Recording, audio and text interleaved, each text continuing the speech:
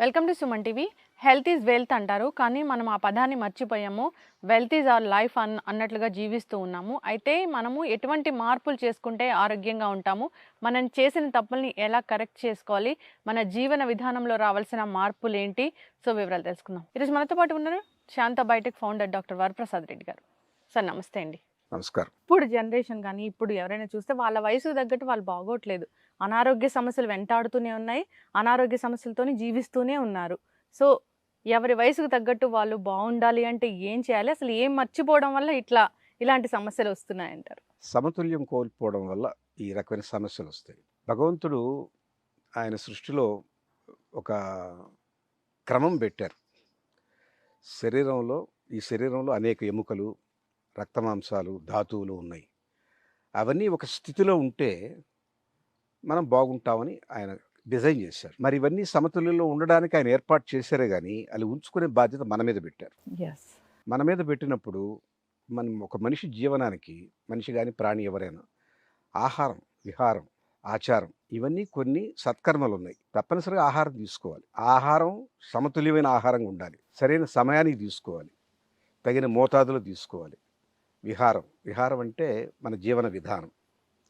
ఉదయం నిద్రలేయాలి, సూర్యోదయం కన్నా ముందే లేయాలి. ఎందుకు అంటే దానికి సైంటిఫిక్ రీజన్ ఉంది. సూర్యోదయానికి ముందు మన వాళ్ళు ఏంటంటే సూర్యుడు లేవకముందే లేచి సూర్యుడు దండం పెట్టుకొని ఎందుకు చెప్పారంటే, సూర్యుడు దండం పెట్టమని కాదు అక్కడ ఉద్దేశం. సూర్యుడు దండం పెట్టుకోవాలి, నువ్వు ప్రిపేర్డ్గా ఉండు, శుద్ధంగా ఉండు అని. అంటే అప్పటికే స్నానం చేసి ఉండు అని. అంటే అల్లిగా లేవని చెప్పడమే కదా పరోక్షంగా. ఆ విహారంలో సమతుల్యత లేకపోతే ఉదయం నిద్ర లేకపోవడం, ఉదయాన్నే దంతధావనం చేసుకోకపోవడం, మనకు విసర్జన క్రియ కార్యక్రమాలు లేకుండా ఉండడం. కొంతమంది 2 రోజులకు ఒకసారి, 3 రోజులకు ఒకసారి విసర్జన కార్యక్రమం. కొంతమంది కాఫీ కూడా ఏం తోముకోకుండా తాగేస్తారు, బెడ్ కాఫీ అని పేరు పెట్టి. అంటే పాటించాల్సినటువంటి జీవన విధానంలో కనీస ధర్మాలు శుచిగా ఉండడం, ఉదయాన్నే ప్రాతఃపూర్వమే నిద్రలేయడం, స్నానం కావడం, వీలైతే మనసును ప్రశాంతంగా పెట్టుకోవడం, ధ్యానం చేసుకోవడం. పూజ చేయక్కర్లే, ధ్యానం చేసుకో. ధ్యానం అంటే పూజ కాదు. పూజకి ధ్యానానికి సటిల్ డిఫరెన్స్ ఉంది. పూజ ఒక విద్యార్థి, వాడు విద్య కోసం అడుగుతాడు. అడగడం అర్థే కదా. ధనార్థో వ్యాపారస్తుడు నా డబ్బు కావాలని అడుగుతాడు. ఇంకో కోరిక, ఒక యువకుడు నా త్వరగా పెళ్లి కావాలనుకుంటాడు. ఒక ఆవిడ పెళ్ళి అయిన ఆవిడ నా పిల్లల సంతానం కావాలి. ఏదో ఒక కోరికతో, అది పూజ. పూజలో దేవుణ్ణి మనం పలకరిస్తాం. స్తోత్రంతోనో, ఒక శ్లోకంతోనో, ఒక కీర్తనతోనో పలకరిస్తాం. అంటే మనం మాట్లాడుతున్నాం. ధ్యానం మనం వింటాం, మనం మాట్లాడం. అంటే ఏంటంటే ఆ ప్రశాంతంగా మనసు పెట్టుకుంటే లోపల అంతరాత్మ నిద్రలేచి మనకు దిశానిర్దేశం చేస్తుంది. నువ్వు ఇవాళ ఈ తప్పు చేసావు, రేపు ఇట్లా చేయొద్దు, రేపు ఈ ప్రశాంతంగా గడుపు, దాని వెంట పడకు, ఆ కోరిక పెంచుకోకు. ఆ కోరిక పెంచుకునే కొద్ది తీరకపోతే నీకు బాధ వస్తూ ఉంటుంది. ఈ సంవత్సరం టర్నోవర్ 100 కోట్లు దాటాలని పెట్టుకున్నావు అనుకో, ఆ టార్గెట్ కోసం పరిగిస్తావు, అలసిపోతావు.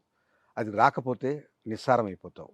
ఇవన్నీ కూడా లేకుండా ఉండడానికి ధ్యానంలో ఒక రకమైనటువంటి ఆల్ఫా వేవ్స్, బీటా వేవ్స్ సైంటిఫిక్గా చెప్తారు కదా, అవి సంపూర్ణంగా సమతుల్యంగా ఉండేట్టుగా చేసుకోవడమే ధ్యానం.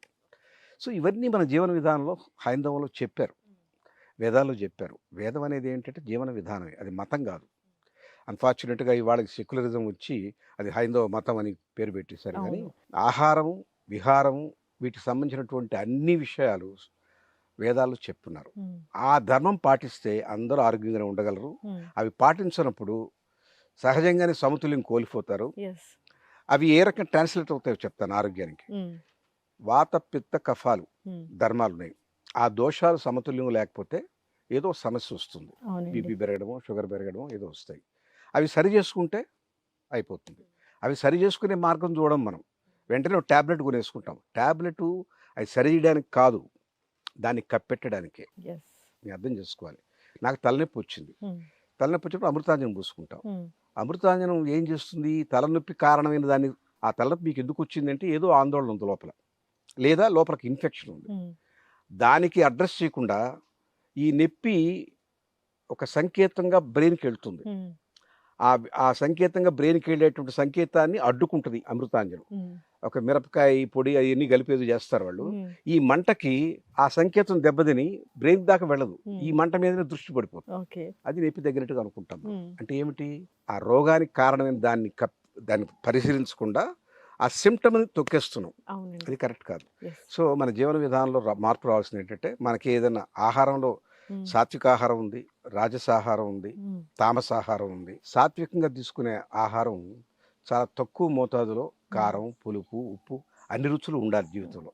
షడ్రుచులు మనకున్నాయి. మన ఆహారం ముఖ్యంగా తెలుగు వాళ్ళ ఆహారం దీని మీద పెద్ద గ్రంథాలే రాయొచ్చు. హ్మ్. ఈ మన ఆహారంలో తీపి, పులుపు, వగరు, కారం, చేదు అనేక రకాల రుచులున్నాయి. ఈ రుచులన్నిటి సమతుల్యంగా తీసుకోవాలి. అయితే ఏ వేళలో ఏది తీసుకోవాలో కూడా చెప్పారు. హ్మ్. అన్ని వేళలో మీరు ఘాటైనటువంటి మసాలాలతో రాత్రిపూట తీసుకోకూడదు. అది ఆ జీవన ప్రక్రియకి చాలా విరోధం చేస్తుంది. మార్నింగ్ తీసుకునే ఆహారం కూడా చాలా అవసరమైన కార్బోహైడ్రేట్స్ తీసుకోవాలి. హ్మ్. ప్రోటీన్ తీసుకోకూడదు. ఎర్లీ మార్నింగు బ్రెయిన్‌కి కావాల్సిన శక్తి. ఉదయం లేచి ఆలోచన చేయాలి. ఇవాళ ఏం చేయాలి నేను? ఒక ప్రణాళిక ఉంటుంది. హ్మ్. నా జీవనం విధానంలో ఇవాళ నేను చేయదగ్గ పనులు ఇవని ఆలోచించే శక్తి కావాలి. బ్రెయిన్‌కి శక్తి ఎక్కడి నుంచి వస్తుందంటే పిండి పదార్థం నుంచి వస్తుంది. ఓకే. అంటే మన వరి అన్నం, హ్మ్. బ్రెడ్డు అవన్నీ బ్రెయిన్‌కి ఇస్తాయి. హ్మ్. మీరు ఉదయాన్నే నేను మాంసం తినేస్తాను, చికెన్ తినేస్తాను, ఫిష్ తినేస్తాను, ఫిష్ ఆయిల్ తాగేస్తాను, హ్మ్. ఎగ్ తినేస్తానంటే అదంతా ప్రోటీన్. హ్మ్. ప్రోటీను మన దేహంలో ఉన్నటువంటి అనేక భాగాలకు అవసరం. యెస్. అన్ని భాగాలకు అవసరం. హ్మ్. మజిల్ పెరగడానికి, లివర్ బాగా ఫంక్షన్ చేయడానికి, హ్మ్. కిడ్నీస్ బాగుండడానికి వాటి ప్రోటీన్ కావాలి. మరి దీనికో పిండి పదార్థం కావాలి. హ్మ్. ఉదయం తీసుకోవాల్సింది పిండి పదార్థం. మధ్యాహ్నం తీసుకోవాల్సింది ఏదైనా ప్రోటీన్ గానీ ఏదైనా తగు మోతాదులో. దానికి మసాలాలు ఉన్నా తప్పులేదు. మన హ్మ్. మంచి మసాలాలు ఉన్నాయి మనకు. హ్మ్. ధనియాలు, మిరియాలు, అల్లం, శొంఠి, పసుపు, జీలకర్ర ఇలాంటివన్నీ ఎందుకంటే జీవ ప్రక్రియకి అరిగించే గుణం ఉన్నటువంటి దానికి దోహదపడతాయి. యెస్. మధ్యాహ్నం మనం హ్మ్. హెవీగా భోంచేస్తాం. హ్మ్. ఆ భోజనం అరగాలంటే ఈ మసాలా దినుసులు కావాలి. హ్మ్. రాత్రిపూట చాలా తక్కువగా తీసుకోవాలి ఆహారం. దానికి సాత్విక ఆహారం తీసుకోవాలి. అయితే వర్ణాశ్రమ ధర్మంలో బ్రాహ్మలు బాగా వేదాలు చదివి అందరికీ ఎడ్యుకేట్ చేయాలి వాళ్ళు. హ్మ్. సమాజానికి హితబోధ చేయాలి హ్మ్. అని నిర్ణయించుకున్నప్పుడు వాళ్ళకి ఎక్కువగా వల్లె వేయడం, హ్మ్. ధారణ శక్తి కావాలి. బ్రెయిన్ చాలా ఎక్కువ పనిచేయాలి వాళ్ళకి. అందుకని వాళ్ళు నెయ్యి హ్మ్. బ్రెయిన్‌కి చాలా అవసరం. ఆహారం కూడా పిండి పదార్థం ఎక్కువ తినాలి. హ్మ్. అన్నం కూడా ఎక్కువ తింటారు. వాయనాలు లాగించారు బ్రాహ్మలంటారే. హ్మ్. అదేంటంటే వాళ్ళకి అవసరం. హ్మ్. వాళ్ళంత ధారణ శక్తి ఉండాలంటే బ్రెయిన్‌కి చాలా హ్మ్. పటుత్వం ఉండాలి. అందువల్ల నెయ్యి ఎక్కువ వాడాలి హ్మ్. వాళ్ళకి, బ్రాహ్మలకి. ధారణ శక్తి పెరుగుతుంది. క్షత్రియులున్నారు. ఇప్పుడంటే ఇవాళ ఇంకో దేశం మీద యుద్ధానికి వెళ్ళక్కర్లేదు. హ్మ్. కానీ పోనీ అధికారులు అనుకుందాం, ఇంకోరనుకుందాం, హ్మ్. కాయ కష్టం చేసేవాడు అనుకుందాం, రైతు అనుకుందాం. అతనికి జవసత్వాలుండాలి. హ్మ్. ఎండలో నిలబడి పనిచేస్తాడు. అతను ఆ శ్రమకు తగ్గ ఆహారంకి హ్మ్. ఎక్కువసేపు శరీరంలో ఆహారం నిలవ ఉండడానికి ప్రోటీన్ ఉన్నటువంటి మాంసాహారాలు అవి తీసుకుంటారు. అవును. వర్ణాశ్రమ ధర్మంలో క్షత్రియులు తీసుకోవచ్చు. ఓకే. తీసుకోమనే చెప్పారు. యజ్ఞయాగాదులు చేసినప్పుడు వాళ్ళు బలిపశువులు ఇచ్చి దాన్నే తినేవాళ్ళు. బ్రాహ్మణులు కేవలం సాత్విక ఆహారం తీసుకొని బ్రెయిన్ పెంచుకోమని చెప్పారు. హ్మ్. అందువల్ల ఎవరి ఆశ్రమ ధర్మానికి తగ్గట్టుగా వాళ్ళకన్నీ ఏర్పాటు చేశారు. హ్మ్. అవి వాళ్ళు ఎవరు పాటించట్లేదు. అవునండి. ఎంతసేపటికి అసలు వంటింట్లో పిల్లిలేయటం లేదు. హ్మ్. పక్కనున్నటువంటి చట్నీస్‌కి వెళ్ళిపోదామా? లేకపోతే పక్కనున్నటువంటి ఇంకేదో ఫాస్ట్ ఫుడ్‌కి వెళ్ళి జంక్ ఫుడ్ తినేద్దాం అనుకుంటారు. జంక్ ఫుడ్ వల్ల తామసాహారం అది. హ్మ్. అంటే జంక్ ఫుడ్ తామసాహారం దేనికి చెప్తారో చూస్తాను. ఫ్రిడ్జ్‌లో పెట్టిన వస్తువులు, హ్మ్. నిల్వ ఉంచినయి, కలర్స్ వేసినయి. ఇవి కాక అన్నిటికన్నా ముఖ్యంగా ఏ రకమైనటువంటి మసాలాలు లేకుండా బ్లాండ్‌గా చేసినటువంటి హ్మ్. వాటిలో నిల్వ పదార్థాలు పెడతారు. 10 కాలాల పాటు ఉండాలని. హ్మ్. ఐస్ క్రీమ్ చేస్తారు. ఐస్ క్రీమ్ కనీసం 2 నెలలు, 1 నెల పెట్టుకోవాలంటే హ్మ్. వాళ్ళు దాంట్లో అడిటివ్స్ ఏస్తారు. యెస్. దాని లైఫ్ పెంచడానికి. అవన్నీ కెమికల్స్. హ్మ్. అవన్నీ జీర్ణ ప్రక్రియకి మంచిది కాదు. అవి బాగా మన శరీరానికి కోల్దొస్తాయి. హ్మ్. ఇట్లాంటి తామసాహారం అది. తామసాహారం వదిలేయాలి. హ్మ్. సాత్వికాహారం మీద ఆధారపడాలి. హ్మ్.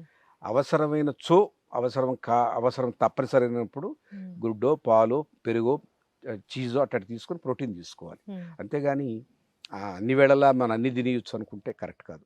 విహారం. సరైన సమయానికి నిద్రపోవాలి. హ్మ్. రాత్రి 12 గంటల దాకా, 1 గంట దాకా చాట్స్ చూసుకొని, వాట్సాప్ చూసుకొని, సినిమాలు చూసి, ఆ తర్వాత 1:30, 2 గంటలకు పడుకొని ఉదయం 7 గంటలకు, 8 గంటలకు నిద్రలేయడం అనేది కరెక్ట్ హ్మ్. కాదు. మన శరీరంలో ఒక ధర్మం, ఒక బయో క్లాక్ పెట్టారు. లివర్ అనేది అన్ని అవయవాలు రెస్ట్ తీసుకున్నాక అది తన పని ప్రారంభిస్తుంది. ఓకే. శరీరంలో ఉన్నటువంటి అనేక టాక్సిన్స్‌ని పక్కకు నెట్టేయడం, శరీరానికి అవసరమైనటువంటి షుగర్స్‌ని రిలీజ్ చేయడం. దాని పని మనం పడుకున్నాకనే. హ్మ్. మనం మేలుకొని మిగతా అవయవాలు పనిచేస్తున్నప్పుడు అది పనిచేయదు. ఓకే. కాచుకొని ఉంటుంది. హ్మ్. మీరు కానివ్వండి మీ పనులంతా అయిన తర్వాత నేను హ్మ్. చేస్తానంటుంది. మీరు రాత్రి 1 గంట దాకా మీరు ఏదో చదువుతున్నా, ఏవో చేస్తుంటే హ్మ్. అది కాచుకొని ఉంటుంది. దాని పని అది చేయలేదు. దాని పని అది చేయలేకపోతే ఈ శరీరానికి కావాల్సినటువంటి ధాతువులు రావు. హ్మ్. అందువల్ల విహారంలో ఏ వేళకు నిద్రపోవడం, తర్వాత అనేక మనం చేసే కార్యక్రమాల్లో హింసతో కూడిన కార్యక్రమాలు చేయకుండా ఉండడం. హింసతో కూడిన చేస్తే మీకు తెలియకుండానే మీ బాడీలో దాని రియాక్షన్స్ వస్తాయి, మనసు ఖేద పడుతుంది. ఎంత క్రూరాత్ముడు కూడా ఒక హత్య చేసేటప్పుడు మనసులో నలుగుతాడు. నేను ఎందుకు చేయాల్సి వచ్చింది, కర్మ అనుకునే చేస్తాడు. వాడి ఆత్మప్రబోధం ఉంటుంది కదా, ఆత్మప్రబోధం ప్రకారం బాధపడతాడు. కానీ చేయాల్సిన పని ఉంది కాబట్టి అవసరం కొద్ది చేస్తాడు. ఇలాంటి పనులకి ఆ విహారంలో భాగాలు ఏంటంటే సాత్వికంగా ఉండడం, సత్యం చెప్పడం. ఒక అబద్ధం చెప్పడానికి మనిషి ఎంత మదన పడతాడో మీకు తెలియదు. తెలియకుండానే నేను ఇంత అపరాధ భావం వచ్చేస్తుంది. నేను సత్యం చెప్పుంటే ఇంత ఈజీగా ఉండేది, ఈ అబద్ధం చెప్పాల్సి వచ్చింది. దీన్ని మళ్ళీ అబద్ధాన్ని కాపాడుకోవడానికి మళ్ళీ రెండో రోజు కూడా అది గుర్తుపెట్టుకొని ఏ అబద్ధం చెప్పాను గుర్తుపెట్టుకొని చెప్పాల్సి వస్తుంది. ఇవన్నీ మదన పడతాడు. అంటే మీ విహారంలో పక్క మార్గం పట్టారంటే దాన్ని తప్పనిసరిగా దాని ఫలితం మీ శరీరమే ఉంటుంది. అందుకని ఆరోగ్యాలు పోతాయి. రెండోది, ఒక మనిషిని చూసి ఇంకో మనిషి ద్వేషం, ఈర్ష్య, అసూయ, వీటన్నిటి ద్వారా మన శరీరం నాశనం అయిపోతుంది. కోపం తాత్కాలికంగా రావచ్చు, కానీ ఆ కోపం క్రోధంగా మారేది ఎప్పుడంటే ఆ కోపాన్ని ఎక్స్టెండ్ చేస్తూ పోయినప్పుడు. ఏదో తప్పు చేశాడు ఇంట్లో పనివాడే అనుకోండి, నువ్వు ఎప్పుడు ఇంతేరా అని చెప్పని వాడు తిడుతూ ఉండడం రోజు పొగలంతా. ఒక్క తప్పుకి వాడి మీద ఒక అభిప్రాయం ఏర్పరచుకుని వాడు కనపడ్డప్పుడులా తిట్టడం, ఆ కోపం పెంచుకుని వదలడు. ఆ కోపం వాడికి నష్టం లేదు, వాడి మనసు బాధపడుతుంది అనుకోండి, కానీ మనకు చాలా నష్టం. తన కోపమే తన శత్రువు, తన శాంతమే తనకు రక్ష, దయ చుట్టంబవు. దయ ఉండాలి, కోపం లేకుండా ఉండాలి, క్షమించే గుణం ఉండాలి, ఇది దైవీ గుణాలు. ఇవన్నీ మనకు మన వేదంలో చెప్పినవి, అవన్నీ పాటించడం లేదు. వేదం అనే మీద నమ్మకం లేదు. పోనీ వేదం చదివే శక్తి మన సంస్కృతం లేదు కాబట్టి ఎవరన్నా ఒక మంచి మాట చెప్తే విందామనే ఉద్దేశం లేదు. మన విద్యా విధానంలో ఇట్లాంటివన్నీ ఉన్నాయని చెప్పే దిక్కు లేదు, అలాంటి గురువులు లేరు, అలాంటి పాఠ్యాంశాలు లేవు. మన విద్యా విధానంలో కేవలం మ్యాథ్స్, ఫిజిక్స్, సైన్స్, కెమిస్ట్రీ, డాక్టరో, ఇంజనీరో, లాయరో కాడానికి పనికొచ్చాయి. కానీ ఒక మనిషి సమగ్రంగా జీవితాన్ని కొనసాగించే పద్ధతిలో తన ఆహారం గురించి తెలియదు, తన జీవన విధానం గురించి తెలియదు, మన ధర్మం ఏంటో తెలియదు, మనసును ప్రశాంతంగా పెట్టుకుంటే ఎన్ని ఉపయోగాలు ఉన్నాయో తెలియదు, ప్రశాంతం కోసం ధ్యానం అనే ఒక మార్గం ఉందని తెలియదు. ఇవన్నీ చెప్పేవాడు ఎవరమ్మా? అందువల్ల మన విద్య మనకు మళ్ళీ తిరిగి వస్తే, మన ఆచారం, మన వాంగ్మయం చదవగలిగే పరిస్థితి వస్తే ప్రతి ఒక్కరూ ఆ రకమైన ఆహారం తీసుకుంటారు, ఆ రకమైన విహారాదులు పాటిస్తారు. ఈవెన్ ఆహార్యం, మనం వేసుకునే బట్టలు కూడా చలి దేశాల్లో వాళ్ళకి జర్కిన్స్ అవసరం, చలి దేశాల్లో వాళ్ళకి మంకీ క్యాప్లు అవసరం, చలి దేశాల్లో వాళ్ళు గడ్డం పెంచుకోవాల్సిన అవసరం ఉంది. మన దేశంలో అవసరం ఉందా? చలి లేదు ఇక్కడ, సమశీతోష్ణ పరిస్థితి. ఇక్కడ జర్కిన్లు వేసుకుని తిరగడం ఎందుకమ్మా? నూలు బట్టలు ఉన్నాయి కదా, అవి వేసుకోరు. అక్కడి నుంచి ఏది ఇంపోర్ట్ అయితే అదే వేసుకుంటారు. వాళ్ళు మన షాపులంతా వాళ్ళ వస్తువులు అమ్ముతున్నారు కదా. మన ఖాదీ వస్తువులు అమ్మేవాళ్ళు 4 షాపులు 5 షాపులు, అవేమే షాపులు ఎన్ని? అన్ని షాపులు అవే. ఆకాశం ఉండ నక్షత్రాలు ఒకటే చంద్రుడు, ఖాదీ భాండార్ ఒక దగ్గర 2 దగ్గరలో ఉంటుంది, ఇంకెక్కడ ఏమి ఉండదు. కనుక మనదైనటువంటి ధర్మం మనం పాటిస్తే స్వధర్మం ఉంటాం. దాన్ని స్వధర్మం అంటే కేవలం ఆ ధర్మం మనం నమ్మిన మతం, మనం నమ్మిన దేవుడిని కాదు. మన ఆహారం, మన విహారం, మన ఆచారం, మన పద్ధతి, మన సంస్కృతి, మన భాష, ఇన్ని మనవి స్వధర్మం. ఇక్కడ ఉన్న నేను ఈ ప్రాంతంలో పండిన పండు కానీ, ఇక్కడ పండిన ధాన్యం కానీ, ఇక్కడ దొరికే వస్తువు కానీ తీసుకోవాలి.